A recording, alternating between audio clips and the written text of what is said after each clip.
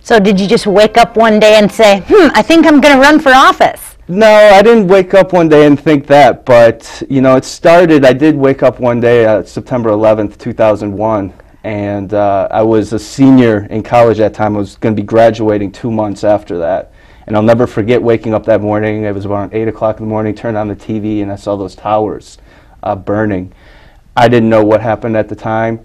All I know is that our world was changing right before my eyes. And 2 months later, when it was time for me to graduate with my psychology degree, I found that there were no jobs. Literally, employers put a freeze on all hiring. So I went overseas and I taught English in South Korea for some time, got some good international experience, got a good paying job there. And when I came back, I got into the mortgage banking business. Now, Alan Greenspan was the Federal Reserve chief at that time, and the interest rates were at historical lows. I think the Fed funds rate was at 1% at that time. The 30-year fixed rate was around 5.5%, 6%, and going down. And there was a huge boom. That was the only industry that was booming at that time, was the mortgage and real estate. And I was young and naive at the time. I was making a lot of money, probably too much money. And I was a little bit on that train of things are always going to be this way.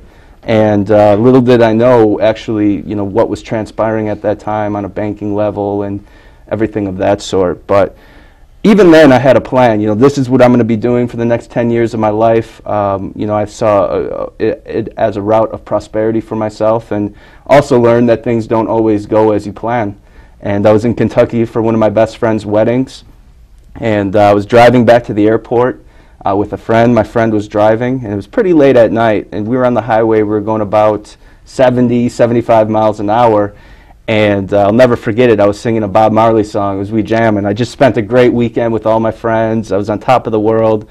And somebody, and they never caught this person, Sue, but somebody threw a 15-pound rock from a bridge.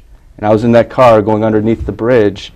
And like I said, I was in mid-lyric, and it crashed through the windshield.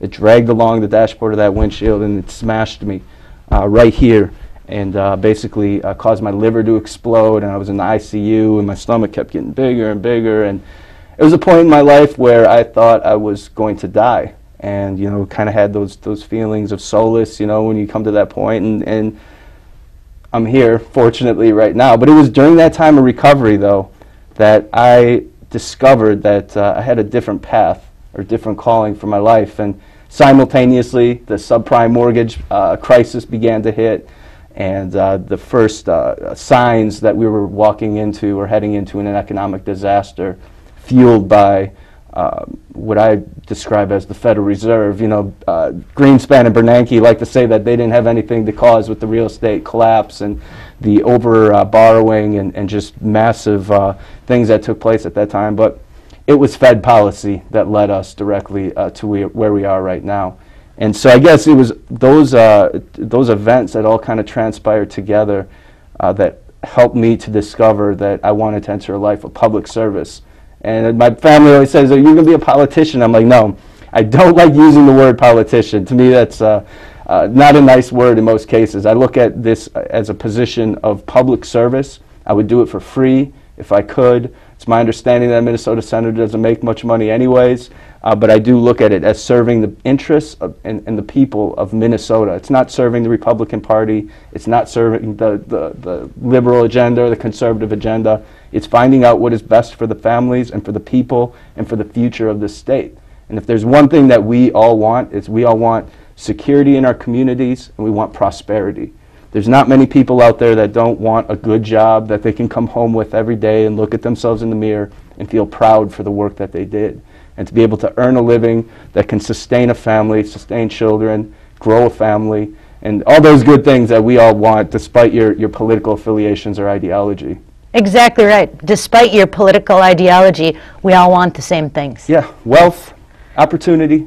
You want our kids to have good jobs when they graduate college. And let me tell you, I know a lot of people who are graduating right now, and they are overqualified for the jobs that maybe they're fortunate to have, or they're looking for jobs still.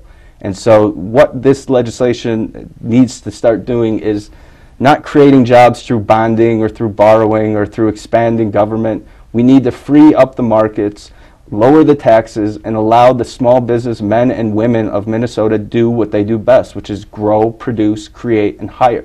That's the answer. It's not in government, despite what the Democrats may think right now. They're doing a good job of expanding their base, and they have for the last 30 years, but I think what we're coming to in terms of their economic policy is the end result.